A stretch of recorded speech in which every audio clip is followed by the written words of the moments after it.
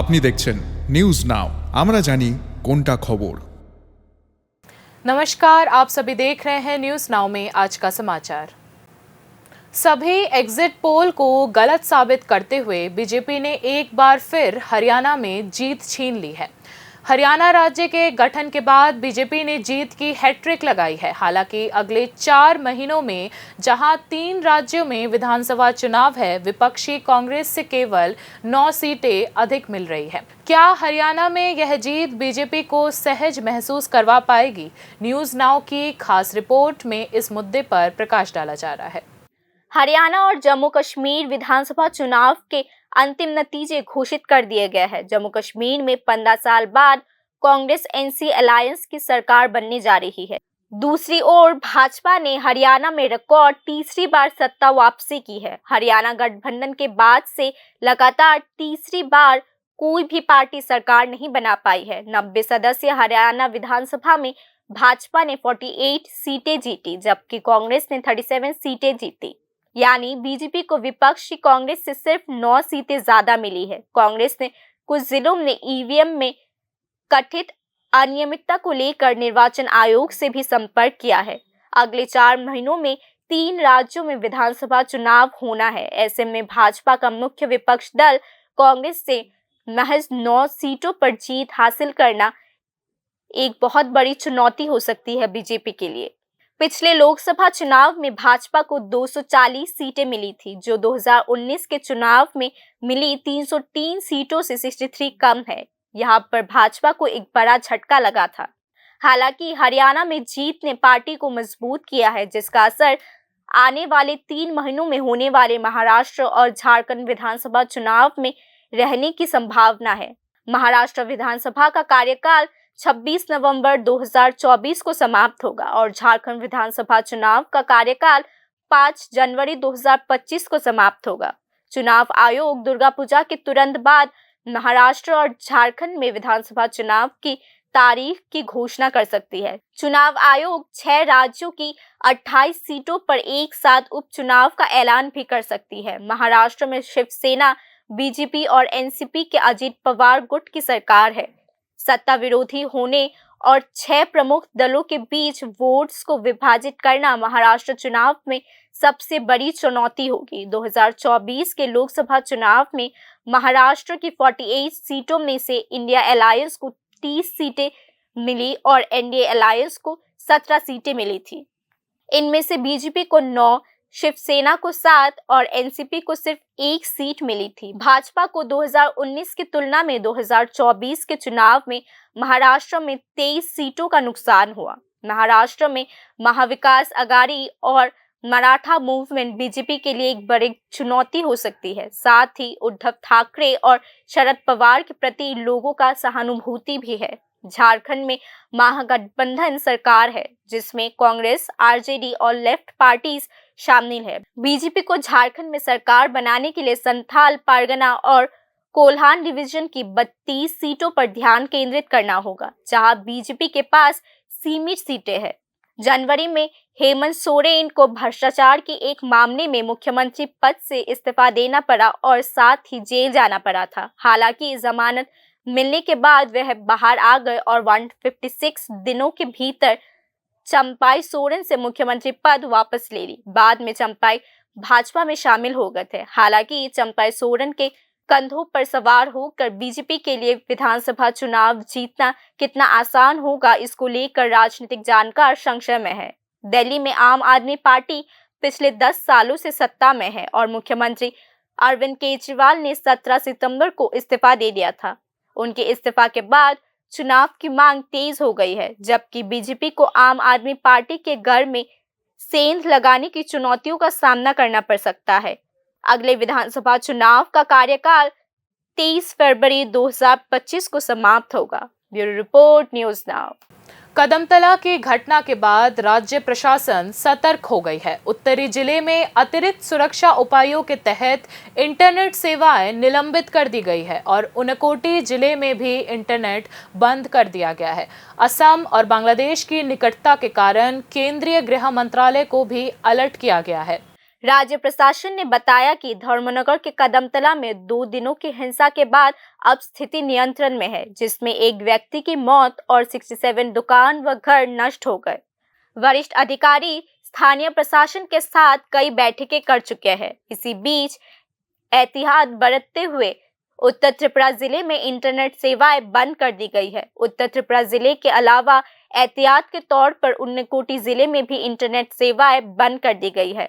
प्रशासन द्वारा जारी एक अधिसूचना के अनुसार उन्नकोटी जिले में बुधवार और गुरुवार को इंटरनेट सेवाएं निलंबित रहेंगी। विभिन्न सूत्रों के मिली जानकारी के आधार पर जिला प्रशासन ने एहतियात के तौर पर उन्नकोटी जिले में इंटरनेट सेवाओं को निलंबित करने का फैसला किया है।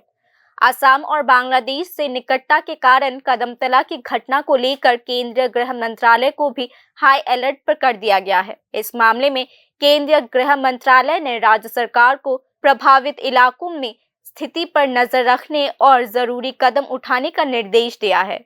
Bureau report, news now. हाल ही में खाद्य विभाग के अधिकारियों को यह तथ्य पता चला है कि अगरतला में कई सारे प्रतिष्ठित फूड कॉर्नर्स में बहुत ही कम गुणवत्ता वाला खाना बेचा जा रहा है। कई दुकानों को कानूनी नोटिस जारी किया गया है। पूजा से पहले खाद्य विभाग और सदर अनुमंडल प्रशासन एक बार फिर सक्रिय भूमिका निभा रही है। बुधवार को राजधानी में पिज्जा हट नामक दुकान में छापेमारी की गई। खाद्य विभाग के अधिकारियों ने बताया कि पिज्जा हट में खाने की गुणवत्ता और वजन समेत कई तरह की अनियमितताएं और हेराफेरी के सबूत पाए जाने पर संबंधित दुकानों के खिलाफ कानूनी कार्रवाई की जाएगी और नोटिस दिया जाएगा। संयोग से पूजा के दौरान भोजन की मांग बढ़ने के कारण प्रभावित शहर के लोगों ने कई बार शिकायत की है कि भोजन की गुणवत्ता बिल्कुल भी अच्छी नहीं है। তো আমরা অফিস তো খোলা, আমরা ওদেরকে বলেছি কালকে আমরা ওদেরকে নোটিশ সার্ভ করব এবং কনসিকুয়েন্টলি ওরা ওদের রিপ্লাই দিলে basis of that reply we will take necessary. Dharmanagar rail police ने देवघर एक्सप्रेस से 100 जिंदा कारतूस बरामद किए। इस मामले में 2 लोगों को गिरफ्तार किया गया। पुलिस घटना की जांच कर रही है। घटना की जानकारी के मुताबिक अगरतला जाने वाली देवघर एक्सप्रेस ट्रेन कल दोपहर करीब 2:40 को जब धर्मनगर रेलवे स्टेशन पहुंची तो धर्मनगर रेलवे स्टेशन की जीआरपीएफ ने ट्रेन की तलाशी ली। तलाशी के दौरान दोनों युवकों पर संदेह हुआ और उन्हें जीआरपी थाने ले जाया गया। वहां उनसे पूछताछ के बाद पुलिस ने उनके पास से 100 राउंड ताजा गोलियां बरामद की। गिरफ्तार लोगों में से एक दीपांकर सेन है, जिसका घर आमतली थाना अंतर्गत उत्तम मध्यम पाड़ा में है। दूसरा का घर सिपाहीजला जिले के मधुपुर थाना क्षेत्र में है और उसका नाम प्रसन्नजीत दास है। मालूम होता है कि दोनों आरोपी मामा भांजा है। इस संबंध में जीआरपी थाने की पुलिस ने आर्म्स एक्ट के तहत मामला दर्ज कर जांच शुरू कर दी है। धर्मनगर जीआरपी पुलिस स्टेशन ओसी उत्तम कुमार कलाई ने कहा कि घटना के संबंध में गिरफ्तार दोनों को गुरुवार को धर्मनगर जिला एवं सत्र न्यायालय को सौंप दिया जाएगा। इसके अलावा बरामद ताजा गोलियों की जांच की जा रही है कि इन्हें अगरतला कहां और किस मकसद से ले जाया जा रहा था। देवघर एक्सप्रेस যখন আগরতলার দিকে আসতে ছিল তখন আমরা এখানে সারপ্রাইজ চেকিং করেছি। সারপ্রাইজ চেকিং এ 2 জন সাসপিশিয়াস লোককে আমরা ডিটেইন করেছি। তারপরে আমরা ওইখানে তো সম্ভব না, শর্ট টাইম এখানে স্টপেজ দেয়। তারপরে থানাতে নিয়ে আসার পরে আমরা প্রিলিমিনারি ইন্টারোগেশন এবং সার্চ করেছি। সার্চ করার পরে আমরা ওনার দীপঙ্কর সেন নামে ওনার কাছ থেকে 100 রাউন্ড বুলেট পাওয়া গেছে। বুলেটটা আমি একুরেট বলতে পারছি না কি নাম আসল, তো .22 রাউন্ডের মতো লাগে এবং বুলেট তারা এটা ডিমাপুর থেকে নিয়ে এসেছে এবং এটা ত্রিপুরাতে এনে তারা আননোন পার্সনের কাছে কেউ ইলিগেল আছে যোগাযোগ আছে তাদের কাছে বিক্রি করার জন্য। স্যার কোনো शारदीय दुर्गा उत्सव के अवसर पर गुरुवार 10 अक्टूबर से रविवार 13 अक्टूबर तक अगरतला में नो एंट्री जोन लागू किया जाएगा। प्रतिबंध शाम 5 बजे से लेकर रात के 1 बजे तक लागू रहेगा। पश्चिम त्रिपुरा जिला प्रशासन ने 10 अक्टूबर से 13 अक्टूबर तक दुर्गा पूजा के 4 दिनों के दौरान अगरतला शहर में पैदल चलने वालों और वाहनों की आवाजाही को सुविधाजनक बनाने के लिए कई कदम उठाए हैं। प्रशासन ने कहा है कि अगरतला में नो एंट्री जोन, विभिन्न प्रकार के वाहनों के लिए terminal point, parking area, patients, air travellers और रेल ट्रैवलर्स के लिए वैकल्पिक मार्ग बनाए गए हैं। दुर्गा पूजा के इन 4 दिनों में शाम 5 बजे से 1 बजे तक अलग अलग जगहों पर नो एंट्री होगा।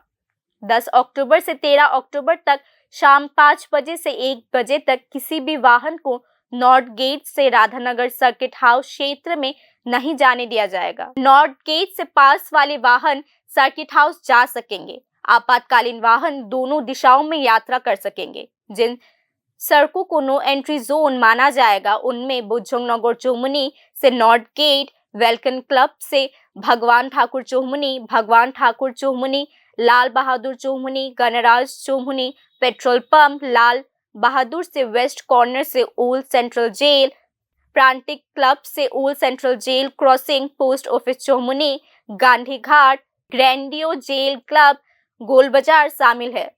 कामान Chowmuhani, Shibbari, central road, Gol Bazar, motor stand, Chittaranjan road, Ram Thakur Sangha, Chittaranjan club, Sangati club, Battala, Dashami Ghat, Jaynagar bus stand से Jubo Samaj, paradise चौमुनी, malar mart, Battala और फ्लाईओवर पर नो एंट्री जोन बनाया जाएगा। 10 से 13 अक्टूबर के शाम 5 बजे से सुबह 5 बजे तक बस व यात्री वाहन पार्क हो सकेंगे। Pandit Nehru office complex, north side से Durga Chowmuhani bridge, Akhaura road crossing से Trinayani club, Nagerjala bus stand terminal, AD Nagar, drop gate, Pratapgarh bridge, दक्षिण छोर से चंद्रमोहन सेतु, राम ठाकुर बॉयज स्कूल आदि शामिल होंगे। Bureau report, news now. पूर्व मुख्यमंत्री मानिक सरकार ने बुधवार को हरियाणा और जम्मू कश्मीर के चुनाव नतीजों की घोषणा पर प्रतिक्रिया व्यक्त की। जम्मू कश्मीर और हरियाणा विधानसभा चुनाव के नतीजे मंगलवार को घोषित किए गए। चुनावी सर्वे में कहा गया था कि जम्मू कश्मीर में बीजेपी सरकार बनाएगी, लेकिन ये पता चला कि कांग्रेस एनसी गठबंधन सर्वेक्षण को पूरी तरह से गलत साबित करती है। लेकिन हरियाणा में बीजेपी तीसरी बार सत्ता में आ गई है। त्रिपुरा के पूर्व मुख्यमंत्री मानिक सरकार ने दोनों राज्यों के चुनाव नतीजों पर अपनी प्रतिक्रिया व्यक्त की। उन्होंने कहा कि बीजेपी संविधान बदलकर और लोगों के लोकतांत्रिक अधिकार छीनकर और अपनी नीतियां लागू करके जम्मू कश्मीर में सत्ता में आना चाहती थी, लेकिन लोगों ने इसे खारिज कर दिया। उन्होंने कहा कि जनता ने राष्ट्रीय कांग्रेस और कांग्रेस के संयुक्त प्रयास के पक्ष में अपना फैसला दिया है। यह जीत सिर्फ जम्मू कश्मीर के लोगों की जीत नहीं है, यह जीत लोकतंत्र की जीत है। रीटेक, यह जीत लोकतंत्र की जीत है। বিজেপি সরকারের অনুসৃত যে নীতি সংবিধানকে উলটপালট করে দিয়ে তাদের যে গণতান্ত্রিক অধিকার তা হরণ করে নিয়েছে, একটা রাজ্যকে ভাগ করে দুটো রাজ্য করেছে, তার পূর্ণ রাজ্যের যে অধিকার সেটাকে সংহার করেছে, এটা মানুষ মানেননি। সমস্ত চক্রান্ত এবং ষড়যন্ত্র, নানা ধরনের উদ্যোগ এগুলিকে ব্যর্থ করে দিয়ে না আজকের দিন তারা নেবেন, কালকের মধ্যে সুনির্দিষ্ট তথ্য নিয়ে তারা ইলেকশন কমিশনের কাছে যাবে। এবং এই কথাটা আমি বলছি, গত কিছুদিন যাবতীয় পত্রপত্রিকায় ভোটের আগে বা ভোটের পরে যারা নাকি ভোটের বিষয় নিয়ে বিশ্লেষণ মূল্যায়ন করেন, অ্যানালাইসিস করেন, তারা কিন্তু জম্মু কাশ্মীর নিয়ে সন্দেহান ছিলেন, हरियाणा নিয়ে সন্দেহ ছিলেন না। তারা পরিষ্কারভাবে বলেছেন যে এখানে বিজেপি। बाकी न्यूज अपडेट्स के लिए देखते रहिए न्यूज नाउ। शुभ रात्रि।